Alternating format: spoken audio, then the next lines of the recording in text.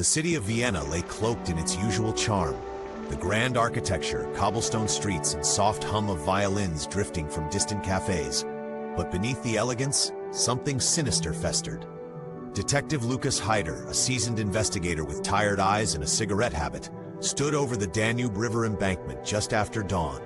A body had been found. The victim, a young woman, floated lifelessly, her wrists bound with an ornate silk ribbon, her eyes covered by a torn opera ticket. The scene unsettled Lucas. It wasn't the first body he'd seen in his 20-year career, but something about the deliberate staging felt like a message. Standing beside him was Inspector Lena Weiss, younger, sharp-witted, and new to the homicide unit.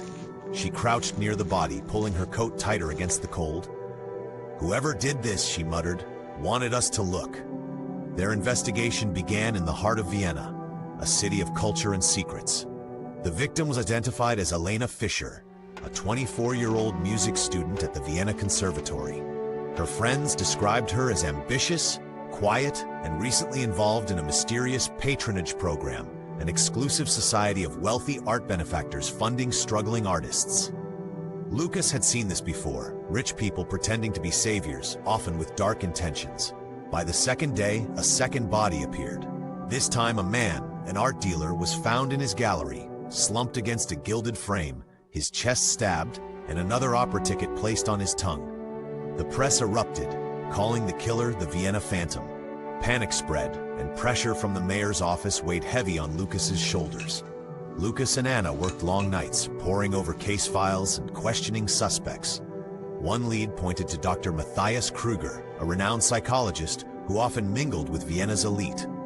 His name appeared in both victims' phone records, but when interrogated, he remained calm, almost amused. "You think I kill my clients?" he smirked.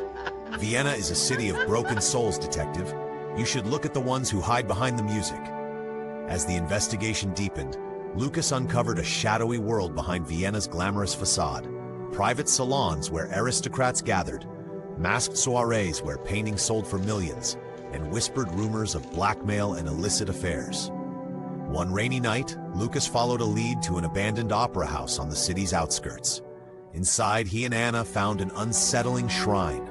Torn opera tickets pinned to the wall, photos of the victims, and a map of Vienna with certain locations marked in red. But as they inspected the room, they heard footsteps. Someone had been there recently.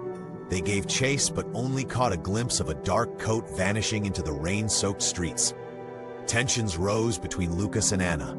He was haunted by past failures, she frustrated by his reluctance to trust her instincts. "You're holding back," she accused one night as they argued in the precinct. "What aren't you telling me?" Lucas didn't answer. The third murder shattered any remaining calm in the city. A prominent politician, a man Lucas suspected of corruption for years, was found hanging in his study, wrists bound with the same silk ribbon.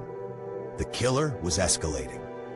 In a chilling breakthrough, forensics uncovered traces of expensive cologne on all victims, a rare brand, sold in only one boutique in Vienna. Surveillance footage revealed a man buying the cologne days before the murders. Thomas Adler, a well-dressed art historian known for curating secret exhibitions for the city's elite.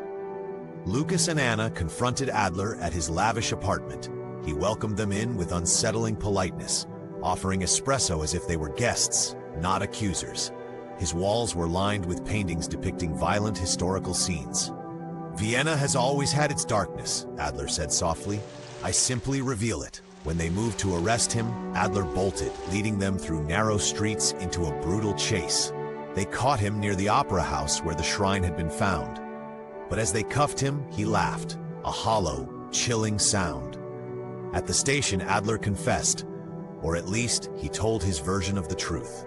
He claimed the murders were performances, meant to expose the corruption of Vienna's elite. "They fund art," he sneered, "but they are the art. My art." Lucas felt hollow.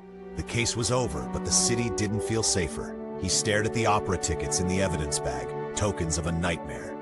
Anna stood beside him, quiet, the weight of their work pressing heavy on both of them. As dawn broke over Vienna, Lucas walked through the silent streets, the scent of rain and coffee in the air. The killer was in custody, the murder solved. But in his gut, Lucas knew this wasn't the end. Because in Vienna, beneath the waltzes and wine, there would always be shadows.